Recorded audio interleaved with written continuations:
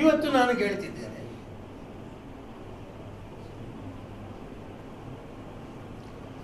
ಮುಖ್ಯಮಂತ್ರಿಯವರೇ, ಬರಗಾಲ ಪೀಡಿತ ಸ್ಥಳಗಳಿಗೆ ನಿಮಗೆ ಹೋಗ್ಲಿಕ್ಕೆ ಆಗದೆ ರಾಜೀನಾಮೆ ಕೊಟ್ಟು ಹೋಗಿ.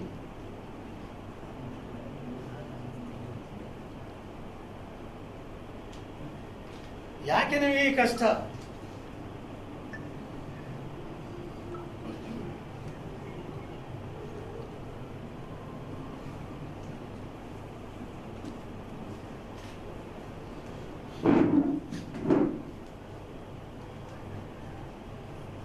ಹಗಲಿನಲ್ಲಿ ನಿಮಗೆ ಟೈಮ್ ಇಲ್ಲ,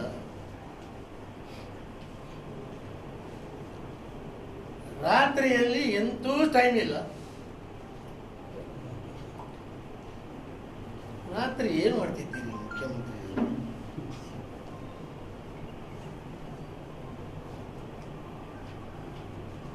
ಇಸ್ಪೀಟ್ ಆಡ್ತಿದ್ದೀರಾ?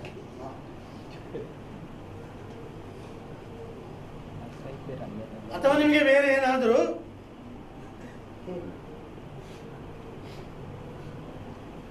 ಅಭ್ಯಾಸ ಇದೆಯಾ?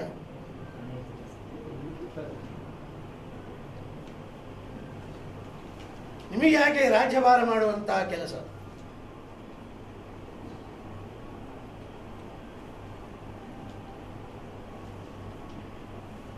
ಹೇಳಬೇಕು ನೀವು.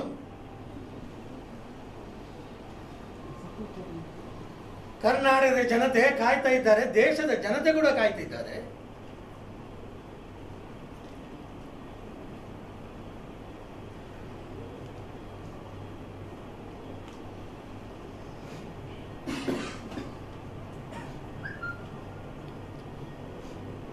ಏನು ಮಹತ್ ಸಾಧನೆಯನ್ನು ಮಾಡಿದ್ದೀರಿ ನೀವು.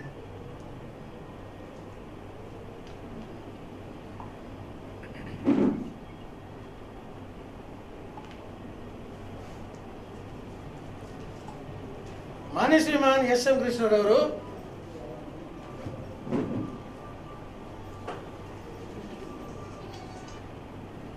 ಕರ್ನಾಟಕದ ರಾಜಧಾನಿಯನ್ನು ಸಿಂಗಾಪುರ ಮಾಡ್ತೇನಂತ ಹೇಳಿದರು.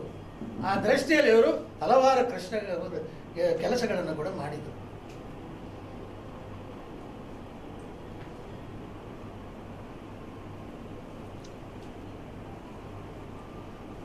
ಒಂದು ನೆನಪಿನಲ್ಲಿ ಮುಖ್ಯಮಂತ್ರಿಯವರೇ, ನಿಮಗೆ ಕಾಲ ಸನ್ನಿಹಿತ ಆಗಿದೆ. ಡಿ.ಕೆ. ಶಿವಕುಮಾರ್ ರವರು ಪ್ರಬಲರಾಗ್ತಾ ಇದ್ದಾರೆ.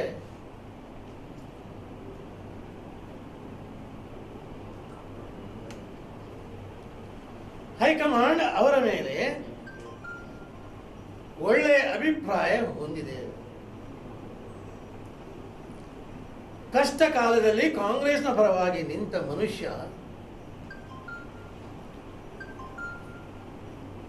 ಧೈರ್ಯ ಎದೆಗಾರಿಕೆ ಇದ್ದ ಹುಡುಗ ಭಾವಿ ಮುಖ್ಯಮಂತ್ರಿ ಆಗುವಂತಹ ಲಕ್ಷಣಗಳನ್ನು ತೋರಿಸ್ತಾ ಇದ್ದಾರೆ.